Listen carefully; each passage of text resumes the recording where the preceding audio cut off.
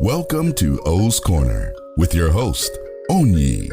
Hello, beautiful people. Welcome to episode 2 of O's Corner. I am your host, ONYI, and I'm so grateful to be here sharing this time and space with you. Today's episode is number 2 of 4 Cornerstone episodes that support the foundation and framework for this podcast. The focus of this and every second Friday of the month is love, sex, dating, and all things relating, aka LSD with ONYI. More about that in a bit. But first, let's get grounded. Let's get centered. Let's get into a place of gratitude and acknowledgement for all the beings that support us, that surround us. Thank you, ancestors. I acknowledge you. I welcome you in. Thank you for the choices you made, the sacrifices you made, everything you did in order for us to be here today. May we make the choices in the direction of our preference. May the choices that we make heal us and heal you. And may we create a pathway of healing, of wholeness, of freedom for our future generations. Freedom to just be who they are as they are. I acknowledge and I thank the directions. I acknowledge and I thank the elements and elementals. I acknowledge and I thank the beings in the plant, mineral, and animal kingdoms. I acknowledge and I thank everything on earth, everything outside of earth. I'm so grateful for this co-creation, this co-reflection, this life. I'm just grateful for this life and the opportunity to do what I love, to be love, to experience love. Ashe. Thank you. So, love, sex, dating, and all things relating, and everything else that's connected with those topics. LSD with ONYI. The name is hilarious, first of all, because I don't do anything as far as recreational drugs go. I've done plant medicine here and there, and even that has been very, very limited because of just my own perspective in terms of what I require and the work that is there for me to do, to where I respect it to the utmost. And I don't necessarily see that it's something that I necessarily need to do for myself in the ways that it's done. But it's just funny that I don't do anything yet. I call this LSD for love, sex, dating. And it was actually a friend of mine, Sanyu, that I was talking to her about coming up with a name for a series that I was doing in the past on Instagram. And she was looking at the acronyms and suggested that. And I just thought, I don't know, should I? Will people think whatever they're going to think? And I just thought, you know what, let me flip the script on them, because they can think whatever they want. And when they get into the space and they're listening to it, then they will be surprised. And maybe they'll stick around for the conversation. So it was just pretty funny. It's interesting because, I never saw myself as the one to host any sort of conversation about love, sex, and dating. While I am very curious about those topics, because I'm curious about people in general and all aspects of people. And that's absolutely a very important aspect, or one that we've placed a lot of importance on, that people experience. I've always been curious, and it just really happened by mistake or chance that something that I would post would generate so much conversation that fast forward, it would lead me to dedicating and creating space to have the conversation in a bigger way. So what actually happened was, last year I was scrolling through Facebook and I came upon a memory from 2016 of something that I had posted. And I will read the post in its entirety. So this was me feeling confused. That was the emoji that I used to express the emotion that I was feeling at that time. What do you do when the person you thought you were going on a date with is actually just dropping you off at the club, ... Suck it up, ... Have a couple drinks, ... And make friends with the ladies to your left and your right. Hashtag clearly we're not on the same page. Hashtag too good to be true. Hashtag Eshu got jokes. Hashtag of course. Hashtag learning to laugh at myself. And to explain the hashtag Eshu Got Jokes in the tradition that I practice, Eshu is an energy or deity in Orisha that deals with the crossroads, that deals with multiple dimensionality, that deals with choices. That's a trickster energy. So I'm like, you got jokes. Life got jokes. I often feel that life is not laughing with me. I feel like life is just having a good old laugh at my expense. They just cracking up hysterically at the shit that I co-create for myself. Like, it's a co-creation. Whatever I experience, I brought it into my life in some way, shape, or form to teach myself a lesson. So when it comes to dating, sure enough, that's going to also be the case. So I saw that memory and I laughed about it because I can laugh about it now because I'm removed from the situation. Back then, I don't think I was laughing about it. But I saw this memory and I decided to post it on Instagram. So I posted it in an Instagram story and I got so many different comments from it. And actually, backtrack, one of the comments that I wanted to point out from Facebook, because I love people. You have those individuals that are very consoling, like, oh, that's so sad. And you're such a great person. They don't know what they're missing. And then you have the people that are like, what in the hell? What? They're just surprised and shocked. And then you have those individuals who want to be starting something, who want to be smartasses. And one person was like, that's why you don't date Uber drivers. And I was like, really? I wish, you know what? Let me just not even say what I wish I could have done to that person that made that comment. I mean, I can laugh now, but it was just, at the time, I was like, I don't need to see your comment. We ain't gotta be that way. It's so funny. But anyways, fast forward to Instagram and me posting this story. First of all, people were like, oh my God, that happened to you and that's hilarious. Or dang, that happened to you. Because I don't know if people just didn't imagine that something like that would happen to me. And I posted some stories after that correlated with that incident and used the hashtag, what are we doing? Love, sex, dating, relating. And so many people started commenting. They started sharing their stories.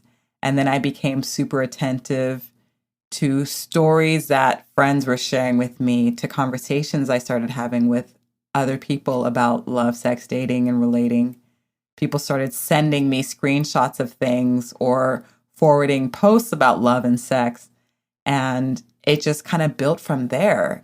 And actually, you can still see the highlight on my Instagram page where I saved the collection of as many of the screenshots that I took from conversations in my DMs, from different posts that I had seen.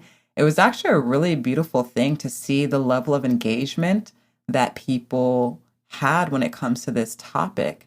And people were being very transparent. People were being very generous in terms of sharing. And I asked permission to share their stories. And I either kept them anonymous or not, depending on their preference. And the compilation of all this information, again, with people discussing, asking about what we're doing, sharing what they're doing when it comes to love, sex, dating, and just relating in and of itself was really beautiful. And that happened all of last year. And then comes this year, quarantine, social distancing, so many other things that 2020 has brought. The topic of sex, of love, of dating started coming back up. I witnessed people really being in their anxiety about quarantine in light of not being able to engage as they had engaged with friends, first and foremost, but then also being in spaces where they would meet other individuals, people who were not in relationships, who were interested in getting into relationships, now not having the opportunity to, again, be out in spaces where they would meet people. I was starting to watch just the effect that this was having across the board. But in particular, it was really interesting to look at those individuals who are interested in engaging romantically, engaging sexually, engaging and building upon or building partnerships with people, or finding people who potentially can build partnerships with them. It's really, really fascinating. And another thing that came up is dating shows. They started coming to the forefront of my consciousness a bit more than they had in the past. Now, mind you, I had watched dating shows before, and they were typically the more popular ones. But then this time around, as they were coming into my consciousness more and more, in addition to some of the more popular ones, I would start to see these other, what I thought were more random or more obscure. And each of them had their own themes or types of individuals with specific circumstances that the show is based on. And I would start watching this and just see similar situations play out no matter what the circumstances were and no matter who the people were. And then also, it was interesting to look at specific conditions or factors that could potentially play into a person's experience when it comes to dating, especially when we're looking at those factors that we deem as disabilities, those factors that we deem as the things that society looks at in a certain way and uses to other people, and witnessing the experiences of those individuals who fall into those categories or who we have placed into those categories, and seeing what their experiences are, seeing how they match with experiences of the rest of the population that supposedly doesn't experience those things that they do. And I was really surprised to see that oftentimes the things that we deem as a challenge in a person's life that they are navigating, how that specific thing can actually create space for or allow for much more transparency, much more authenticity, much more cutting out the crap that a lot of us do and experience when we are in the realms of dating. It was very fascinating. I was hooked on these dating shows. I was watching one after another. It was like I was doing a study and just gathering all this data, all this information. And as I'm swirling in just this, again, this set of topics, love, sex, dating, the questions of what are we doing? What are we doing now? What do we prefer to be doing? What did we do in the past that maybe we want to shift so that we're doing something different in the present and we create space to do something different in the future? That was all bubbling to the surface as well. And really, I have to go back even further. And, about 10 or so years ago, there was a time in my life when I was participating in a group that was called the Intimacy Project. And within that group, we really set the intention to doing the work of saying and showing each other what brings up so much fear for a lot of people. Literally breaking down or tearing down or dissolving the walls that we have placed between ourselves and others. The things that we are afraid to say because we are afraid of people's reactions or responses. We're afraid of being alone. If we say this thing to this person, they will leave us. They will not look at us in the same light. Therefore, we just keep it bottled in. This group worked to dismantle all of that. And we said some hard shit. We heard some hard shit.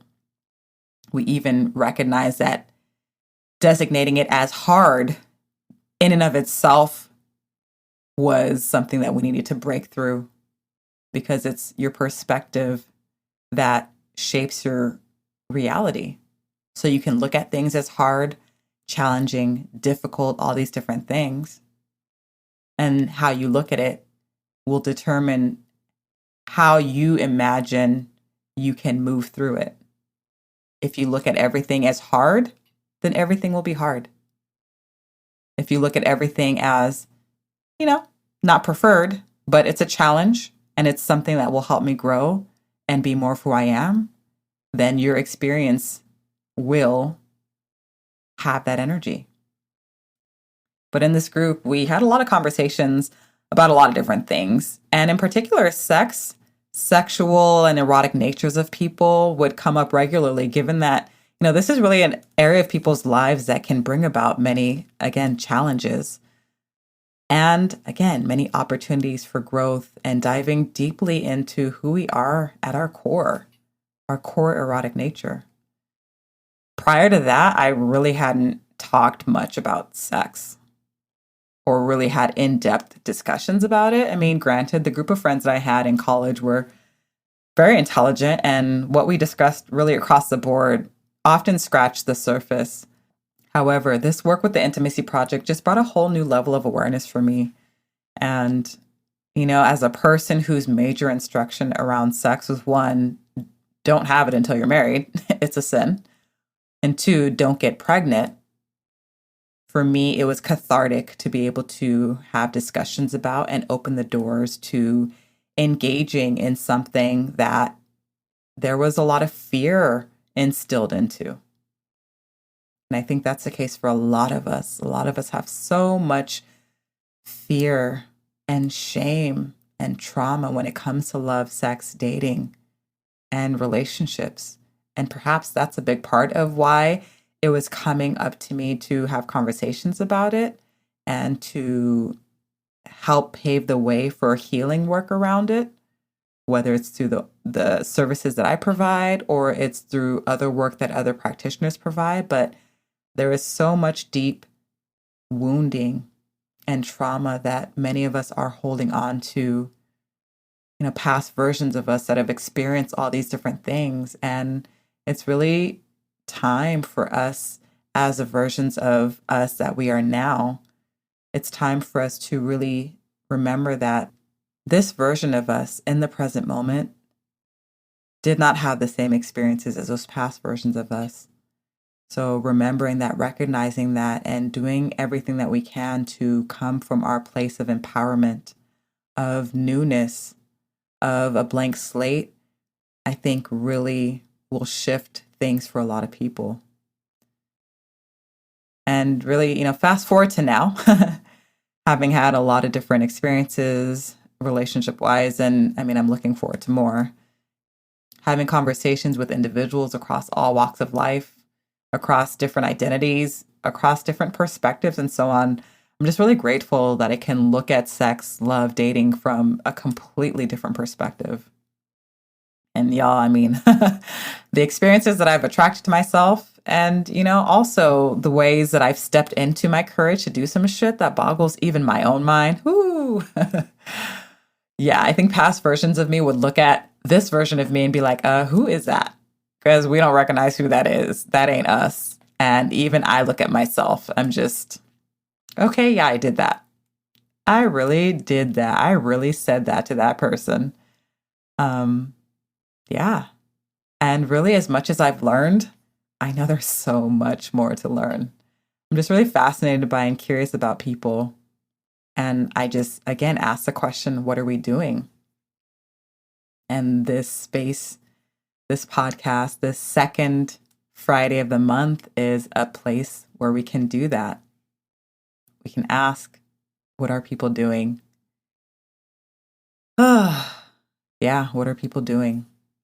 Going back to quarantine, it's just, wow, social distancing. It just brings a whole other layer. It's like, first of all, some people are quarantining with folks, the romantic partners that they hadn't lived with before. So that's one thing. And others are really seeing the nature of their relationships if they had lived with someone before, but now having to be home for much longer than they had to before, they're really seeing their relationships in a whole new light and having some interesting choices to make. And as I mentioned before, many folks who were single before quarantine just went into a lot of anxiety or panic mode in general, but also specifically because of the idea of not having the opportunity to just find individuals for the purpose of building something partnership-wise or romantic. And what's also been interesting during this quarantine is that a few people that I know have gotten married or otherwise coupled up. Some people that I was surprised at. Like, really? Oh, okay. I didn't expect that. And some have ended relationships. Again, so fascinating. And something else that I did during quarantine is that I tapped back into the world of dating apps. In the past, I had used them and then I get frustrated. Then I would recognize maybe I was reactive and let me sign up again. And I would do that. And then I would, again, delete it because I was like, this is a hot mess. But this time around, during quarantine, I just decided, you know what, let me see again what people are doing, what's out there, what has shifted, have I shifted? And it was a pleasant surprise compared to, again, the quasi-hot mess situations that I experienced in the past. And I know a big part of that was because I had shifted. You know, where I was at in the past is I had expectations that I then held on to that would create this energy of disappointment when people did what they do. And yes, while people are still out here doing the same things in the apps, I feel like something has shifted. You know, but again, the biggest shift is me, because I was approaching them with more light, with more joy, with more humor. Humor really does a lot to help break through negativity, really. And, you know, I think that joy, that lightheartedness, that speaks to something bigger when it comes to the topics of love, sex, dating, relationships, relating, period. Are we approaching it all from joy? Are we approaching it from being light versus heavy? You know, are we approaching it from a place of having done work to really break through a lot of our negative beliefs or detach from insisting on a specific outcome? Are we meeting people where they're at, but also keeping the knowledge of what doesn't serve us and making decisions to not engage with it? I have so many questions, y'all. So many questions. And I'm really excited to hear and learn from life as a whole, and specifically from situations that I will continue to create for myself, that I will attract to myself. I'm looking forward to conversations with friends, colleagues, experts, and just situations that are brought to the public eye that really serve as a reflection for all of us. You know, for me, the more questions that I ask, the more questions come up, and it's all good, and I'm here for it. I always think about something that one of my teachers mentioned during a reading she did for me that spoke to my curiosity. You know, she said, that saying, curiosity killed the cat, is really applicable when it comes to you. I was like, oh, damn. Okay. And then she said, but given who you are and how you operate, you'll find that the phrase that comes after that is equally, if not even more true, which is, but satisfaction brought it back. Curiosity killed the cat, but satisfaction brought it back. And Lord knows I've been brought back so many times. Whew, I have some stories to share with y'all on this second Friday. Love, sex, dating, and relating. LSD with ONYI, because it sure is a trip. It sure is. But I'm really looking forward to taking that trip with all of you. And I hope that you join me for the second Friday, for all Fridays of O's Corner. Again, I'm so grateful to be here. I'm so grateful to be the host of this space, the guardian of this space, really just the person this space is using to do its work. I'm very grateful. Thank you for joining me. And again, I'm grateful to everything that supports me, supports us, that surrounds me, that surrounds us. The ancestors, the directions, the elements and elementals, the beings in the plant, mineral, animal kingdoms, everything, every single thing on earth, everything outside of earth, the all that is. We are all that is. We are all expressions of the all that is, having our own unique experiences, and the all that is in joy to experience itself through all of our individual reflections. Without any one of us, the all that is wouldn't be the all that is. So I'm grateful to be here. I thank you. I thank you. I thank you. I am your host, ONYI. I thank you for joining me on O's Corner. You've been listening to O's Corner with your host, ONYI. Want to know more about ONYI? Log on to onyyi.love. That's ONYI.love. Thanks for listening. And make sure you tune in to next month's Second Friday, where I share this infamous story that set off the chain reaction of LSD with ONYI.